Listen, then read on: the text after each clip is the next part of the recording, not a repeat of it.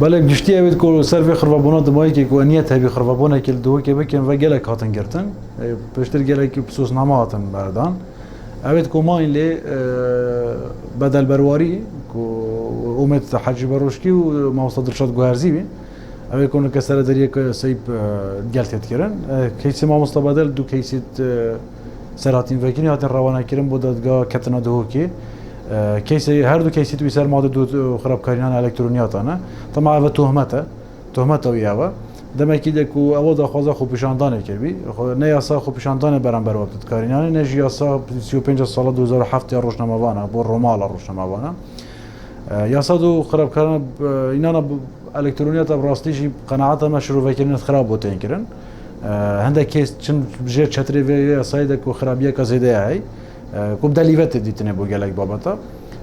مستبدل برواری کیسی که 13 هیوی پریوچو تهمت آبی دیف ماده دو اتصالات آبی 2 میلیون دینار غرامه کرد که اف بریاره جیو کو پارزری توی هم بریاره که درست نزانیم هم ببینم آیا سعی زان چکویش تهمت که راست و آشکاری بونه دا اول کوته دهی در برین بیش مافه مروفی دستوری عراقی مافه که دستوری دست پروژه دستوری هرما کردستانی یا سایم برکار و آزادی را در برینه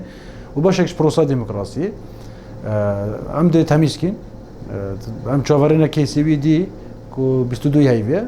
او جیکلا بود ام ده هر دو بریار پیگ و تمیز کن که ام نرازین سر بجوری که بزن ده نتیجه بچی چه دست مکبد با مصادر شد گوهرزی جی افرو دا خوزا کفالت آزاد کنایی که از بارم برنده هیچ سببی که دست نشان کری یاسایی بهانه که یاسایی نی نبراستی که کومل دیه بردای کفالت جاره دی هاتی گرتن هشتا بو مرون نبیه جاره کیسی ویچ جاره کردی بس به گمان پست کی آتی بالاف کردنش لای و هر ماده دو سالات جیر او رابردوی ما تدویرتن هم شاورنا کیسی ما مستبدل 22 هیوی کلاب کن پشت اینکه پرسا سر هلوست خواه هنجی او ریکارن خواه بگیریم برانبر هر دو آب بریار سر بیتاتین دار کیسی قهرمان شکری کیسی که نوکه راگرتیه و دمایی که ریک پیات دان مالا ببینن کیسی ویشر نهاتی روانه کرن بوداد گه براستی جه اف درش کرن پروسا و کلینی حتی راده کی پیشل کیف سنور پیشل کاریت یا سایده جبر کو هنده بابت گرین که هبزی کو یا لازم سردریه کو یا سایه تمام قلبت کرن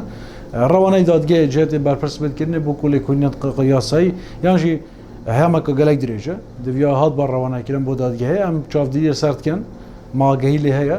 ادوا چند روزت کم دجی شلا ام دی پیکولا کن بابت یک لای کرب که بود است مدل برام بر دو دادگاه امنی و برام بر دادگاه جو کیساوی بریاره یک لابه اف سی کسیت با مستبدل و درشاد و امید او گرتی چک ساز یازرکانه خود بنیاد جاک سازی زر که حتی راده کی گلک باش شردری آوا باشه لان درونی و روش خلکی در وی زندان خراب روش جانوا خراب به گمان کاریگری درونی رنگل سر وابن جبر کو آوا الگوری آوا هیل گوری آوا خاندنت ما بویا سیا و دا خزا ما فکری دا خزا ما فی سر بیت گردن رنگ تو شی هندک کشن درونی ببن بلا ما کو سردری کول گوری گوتنت واجهت باشه